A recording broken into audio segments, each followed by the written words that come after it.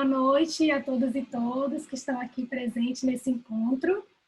Então, explicando como é que vai funcionar a dinâmica. Como são muitos participantes, quem tiver alguma pergunta é para escrever nesse campo que tem aqui, ó, Q e A. E aí, deixa a pergunta ali, escreve ali, e quando for o momento, a gente vai ler as perguntas que foram colocadas ali.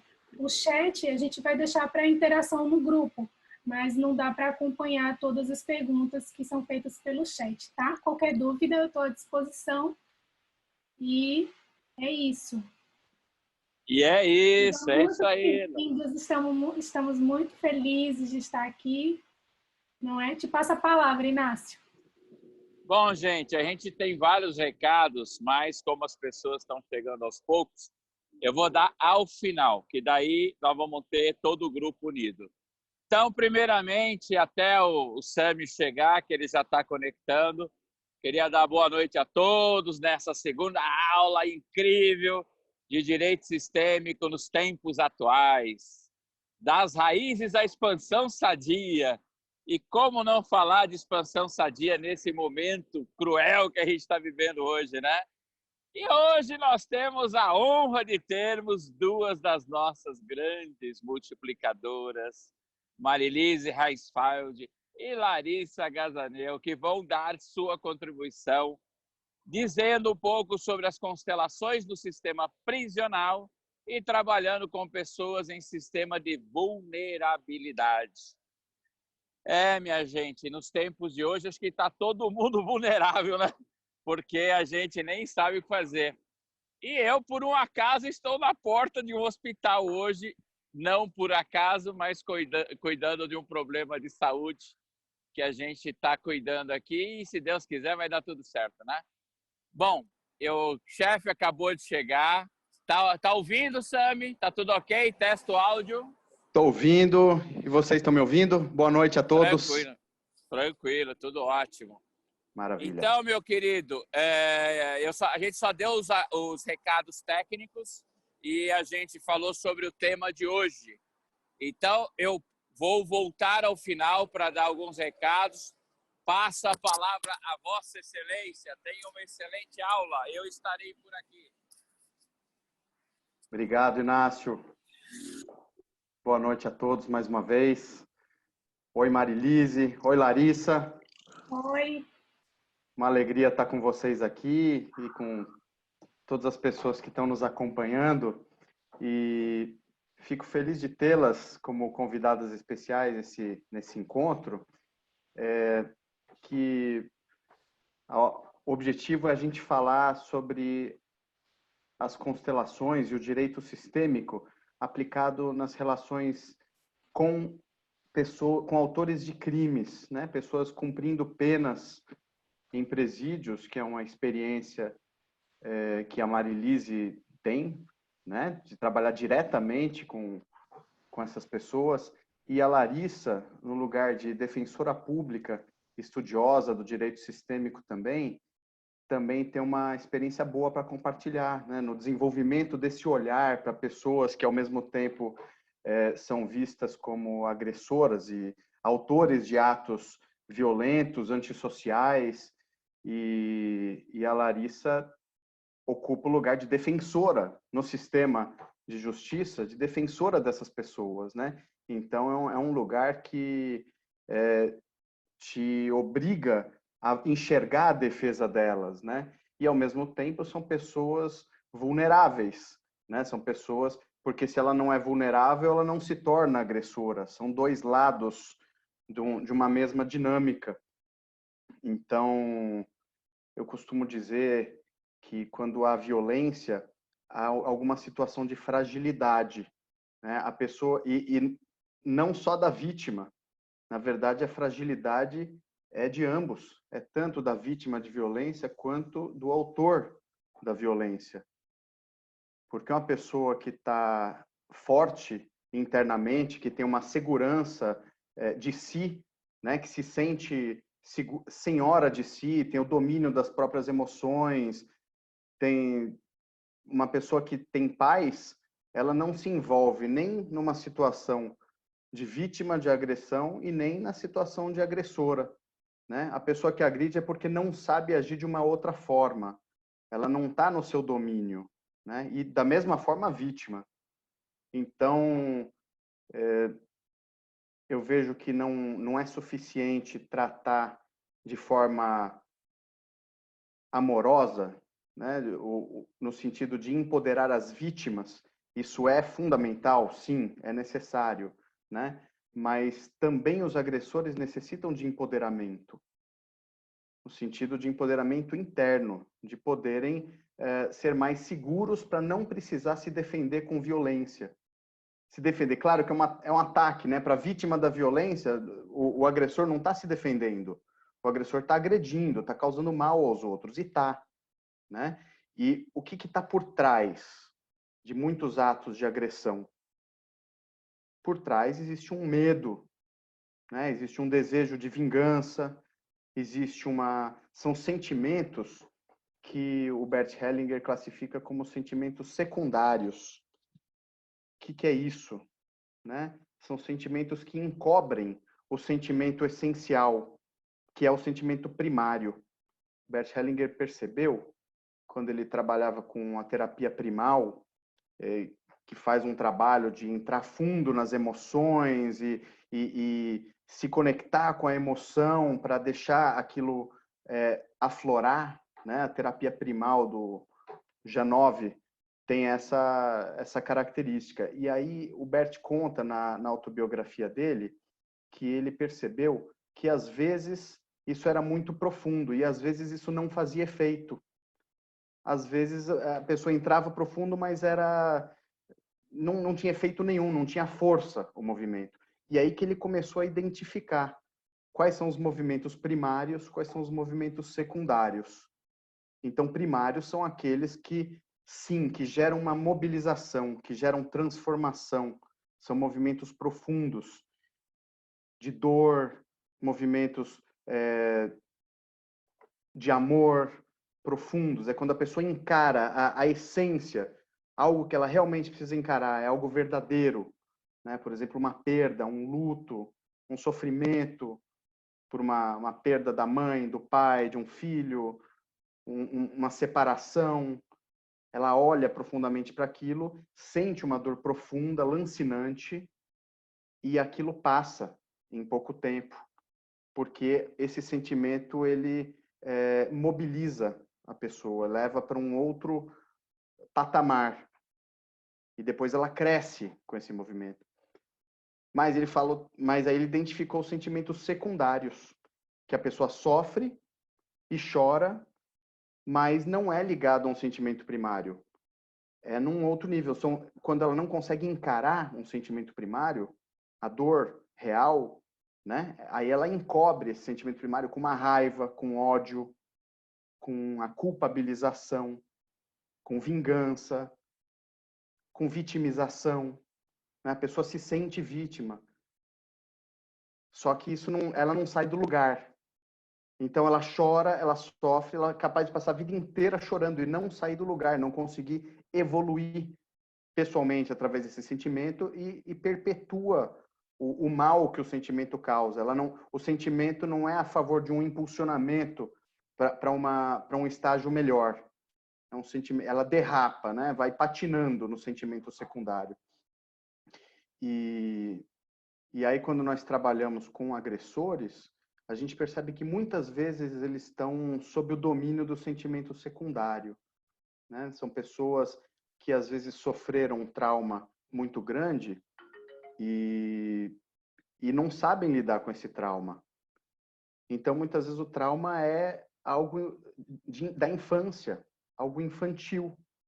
Por exemplo, um movimento interrompido em direção à mãe. O que acontece com uma criança quando tem um movimento interrompido em direção à mãe? Né? Por algum motivo, a mãe precisou se ausentar, ou ela teve que ser internada, ou teve que viajar, ou morreu cedo, ou tinha uma doença grave, psiquiátrica. A criança, quando precisou e chamou pela mãe, a mãe não estava ali, aí ela cria uma defesa para não precisar ela chora durante um tempo e depois de um tempo ela para de chorar e fala, não posso contar com ela. E desenvolve uma raiva, porque é muito doloroso para a criança perder a mãe.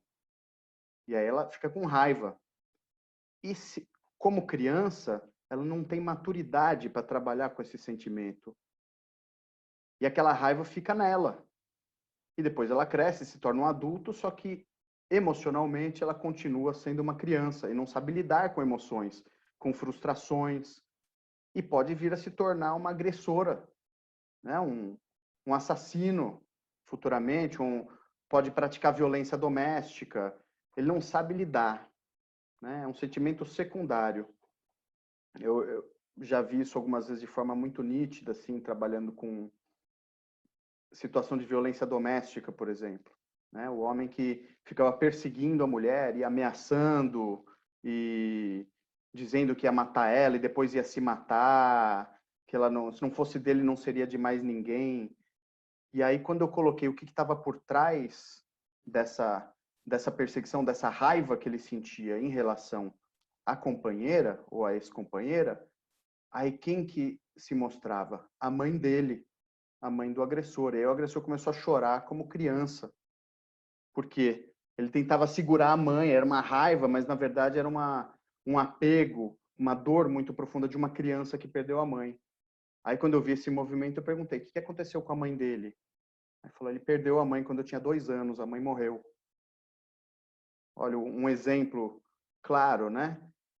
E a pessoa criou, virou um marmanjo, mas uma criança, emocionalmente, é uma criança de 2 anos, apegada, desesperada para segurar a mãe, para aquele desespero infantil, né? Só que aí em quem que ele reflete essa dor, que não é dor, ele não encara a dor. Ele encara a dor, se converteu numa raiva, o sentimento secundário tomou conta. E aí, sob o domínio dessa raiva, ele ameaça, ele bate, ele agride, né? E aí, como é que a gente trata isso? Porque, ao mesmo tempo, também existe um papel das instituições, né? Um papel da lei, das instituições jurídicas, de colocar limites, de contribuir para a ordem na sociedade, né? Não adianta também passar a mão na cabeça, porque como é que as pessoas se desenvolvem? Se desenvolvem, num primeiro momento, se os pais estão presentes, se os pais estão cumprindo esse papel, os pais dão limites, os pais orientam, os pais ensinam, acolhem, né? Mas quando não tem os pais, e aí? Como é que faz? Então, também não adianta querer se colocar no lugar da mãe. E aí, isso vocês vão poder falar melhor disso, né? Talvez, mas o que acontece se o Estado se coloca no lugar de mãe? Aí dá o colo e passa a mão na cabeça e tal. Só que a criança cresce quando olha para a realidade. A pessoa, já adulto, né? Agora ele é um adulto. Como é que ele cresce? Ele precisa encarar a realidade. Qual que é a realidade? Ele perdeu a mãe. Nesse exemplo que eu dei, né? Então ele perdeu a mãe. E aí? Então isso dói. Então tem que encarar a dor. E tem que encarar realmente a dor, tem que vivenciar a dor. Porque quando ele vivencia a dor, o sentimento secundário, ele se desfaz. Aí ele chora. Por que que ele sente dor? Por que que alguém sente dor? Sente dor porque perdeu alguém muito importante. E ela tem um amor profundo por esse alguém. A pessoa perdeu algo importante. Por que que é importante? Porque tem amor. Ah, então por trás da dor tem um amor. E aí a gente toca num ponto extremamente curativo, curador do coração da pessoa, né? Aquela pessoa que às vezes é julgada e vista como um monstro pela sociedade, onde é que está o amor dela? E a constelação para isso é maravilhosa, né? Ou nem sempre com a constelação, mas os profissionais que lidam com isso, tendo essa visão, podem já enxergar, olhar além da pessoa, saber o que está além. A gente identifica qual que é o sentimento e a gente já trabalha com aquele sentimento que está por trás desse sentimento que a pessoa está demonstrando e que talvez nem ela saiba. Muitas vezes o agressor mesmo, ele se acha um monstro. Algumas pessoas que estão presas se acham monstros, são párias da sociedade, né? Eles já vestiram a camisa de antissociais e entraram num ciclo assim de ser contra a sociedade, né? Eu dei um exemplo de um caso de violência doméstica que tem é mais pontual, porque nem sempre uma pessoa que pratica violência doméstica pratica outros tipos, assaltos, por exemplo, né? É um tipo de carência e de desequilíbrio próprio que leva a pessoa a praticar violência contra a mulher, contra a própria companheira, né? Mas e pessoas que se voltam contra a sociedade, que praticam violência, têm raiva da sociedade, né? Tem raiva da burguesia, por exemplo, tem raiva de pessoas de outra cor, né? Tem raiva de...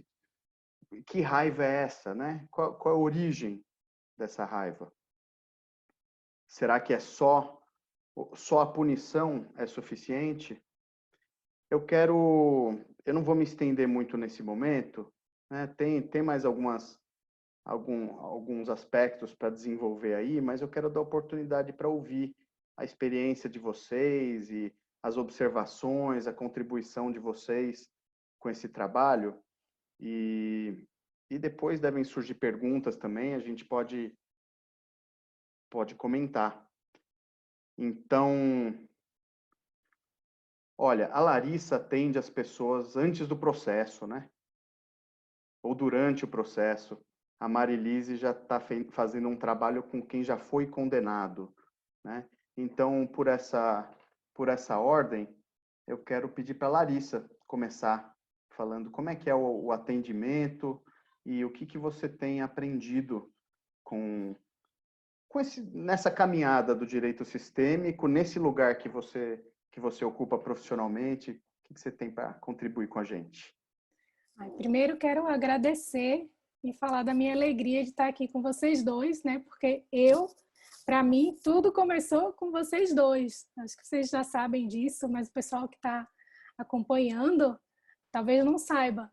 A Marilise foi num curso do SAMI, que foi dar em Florianópolis, e eu não pude ir, mas uma colega minha sentou do lado da Marilise e falou, olha, tem uma pessoa que encontrei lá na palestra do SAMI, e ela é Marilise, ela disse que vai começar um curso para pessoas que trabalham com criança e adolescente, você tem que ir nesse curso. Então, a Marilise foi minha primeira professora e que sempre falou da fonte, vai na fonte, vai na fonte. E que maravilha, é muito bom estar aqui com vocês. Sami, a Defensoria Pública, como você falou, é a instituição do sistema de justiça vocacionada para atender justamente esse público de pessoas vulneráveis e invisíveis. Então, a Defensoria Pública atende os pais que estão disputando a guarda, também defende o interesse das crianças, ela defende as vítimas, mas também faz a defesa das pessoas que cometem algum ato infracional ou algum crime. A Defensoria Pública atende as vítimas de violência doméstica, enfim, as portas da Defensoria estão sempre abertas justamente para esse público de vulneráveis. E daí, compreender e ter acesso a esse conhecimento foi um grande divisor de águas na minha vida profissional. Como que a gente que está atuando nessa linha de frente com um público de extrema vulnerabilidade pode assumir um papel e uma postura proativa e, ao mesmo tempo, não se sentir um super-herói ou o senhor da razão, ou que tem todas, sabe? Eu costumo brincar com a foto, assim, que existe uma Larissa antes do direito sistêmico e uma Larissa depois. E uma Larissa diante do direito sistêmico se sentia verdadeiramente uma super mulher, né? Sabe? Eu sei tudo, eu posso tudo. E na primeira aula com a Marilise, eu lembro como se fosse hoje, foi Ordens da Ajuda. Nossa!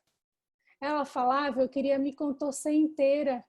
Eu ficava assim, me contorcendo inteira. Eu falei, meu Deus, quanta coisa eu estou fazendo errada. Que peso é esse? E, na verdade, essa postura de se achar super-heroína, né, que que sabe tudo, que consegue tudo, que vai defender, e na verdade eu estava sendo extremamente arrogante e não estava enxergando verdadeiramente para aquelas pessoas que eu estava atendendo. Então, uma das primeiras coisas que modificou na minha postura foi a minha maneira de fazer o atendimento e também a minha maneira de falar e de conversar com o adolescente, com a sua família, antes da audiência lá, a primeira audiência que acontece no processo do ato infracional.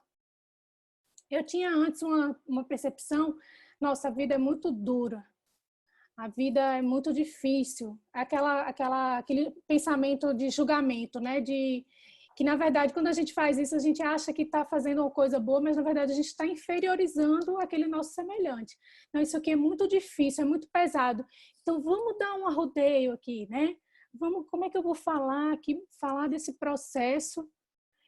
Então, eu tentava, sabe, amenizar com as palavras, tinha no meu coração um peso muito grande de saber que eram adolescentes que muitos, a maioria deles, tem uma história, um destino extremamente difícil.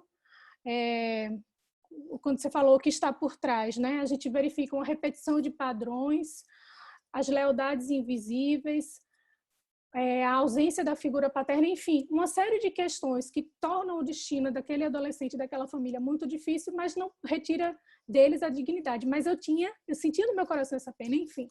Então, depois do direito sistêmico, e aí isso é um processo contínuo, eu percebi que não existe como a gente esconder a realidade e que essa sensação, essa tentativa de tentar abafar as coisas ou minimizar, na verdade, só causam mais prejuízo, porque a verdade, a clareza, a transparência dá a esse adolescente e a família dele as informações mais completas e mais abrangentes.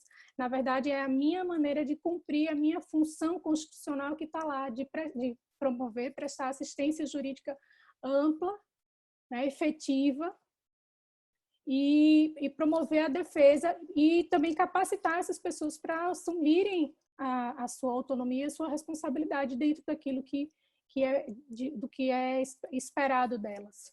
Então, como é que acontece, como é que eu faço esse atendimento? Primeiro, um olhar absoluto de respeito profundo pela família. Muitos dos casos, Sami, você deve, não sei se a sua experiência é a mesma, mas a maior parte dessas audiências vem apenas a figura materna. Então, a ausência ou a negação dessa figura paterna. O que eu pratico, internalizo? Esse pai está junto ali. Esse pai está junto. E quando o pai vai junto na audiência, é maravilhoso, porque eu falo com esse pai, que coisa maravilhosa, muito bom ter o senhor aqui presente. A maneira como eu me coloco para conversar com eles antes da audiência. Eu sou sempre a última.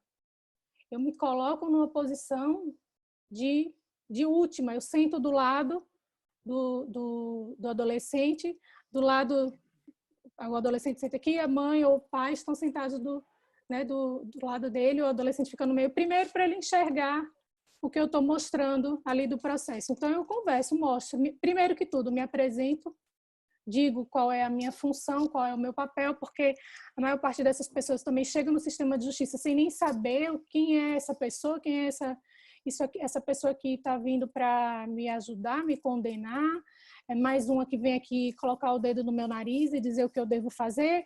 O primeiro olhar do adolescente é um olhar de ressalva.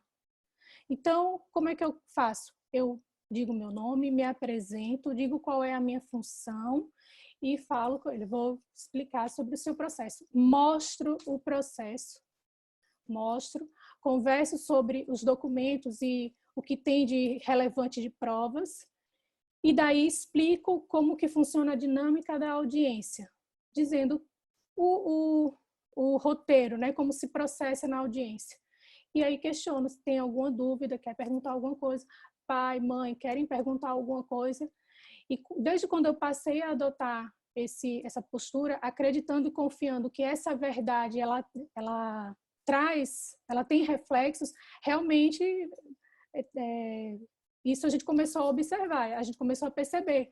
O adolescente senta na cadeira, eu não faço interferência se ele vai responder ou se ele não vai responder, se ele vai aceitar a proposta de remissão ou não. A minha função ali é promover a orientação jurídica, todo esclarecimento, empoderá-lo com todos os instrumentos para que o processo se conduza dessa melhor maneira. E daí, a participação da família é muito importante, porque não adianta, pode ser o melhor juiz do mundo, o melhor promotor, o melhor advogado, defensor, defensora, mas se a família não é vista, não é colocada nessa posição de destaque, todo o processo socioeducativo ele tende à falência, né? Então, mas a Marilise tem assim experiências fantásticas e eu estou muito, muito curiosa para ouvir todos os relatos que ela tem para fazer. E depois, assim, eu separei algumas coisas, também alguns atendimentos assim que eu lembro dos adolescentes, aí também a gente pode compartilhar. Maravilha. Muito importante isso que você falou, da sua postura, né? De enxergar o adolescente com toda a dignidade que ele tem, né? Você enxerga essa dignidade dele, sem julgamento, né? Porque se você enxergar ou como coitado, ou como mal, isso já enfraquece ele, né? Enfraquece, você já estaria vendo ele como alguém incapaz de assumir a responsabilidade pelos próprios atos. E qual é o caminho? É a pessoa conseguir se responsabilizar pelos próprios atos. Sentir a responsabilidade, encarar as consequências e é o único caminho para que ela mude o comportamento e possa ter... E tudo isso sirva para alguma coisa de positivo, né? Não faz Exato. sentido aplicar uma medida socioeducativa, o Estado ter todo esse aparato para que a pessoa reincida. Se a pessoa está reincidindo, se não está fazendo efeito, então, peraí, alguma coisa a gente tem que rever.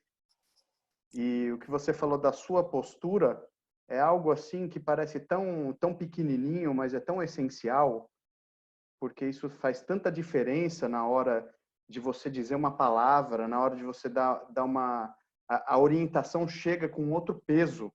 Quando você olha para a pessoa, reconhecendo a dignidade que ela tem, a força que ela tem, a capacidade que ela tem para arcar com o peso que ela vai ter que carregar por algo que ela fez ou por algo que é a vida dela, né? Pela família dela ser como é. Já é o início. Se nós reconhecemos a força da pessoa, já facilita a ela enxergar a própria força. Isso é muito fino. Legal. Porque tem essa questão das profecias autorrealizáveis.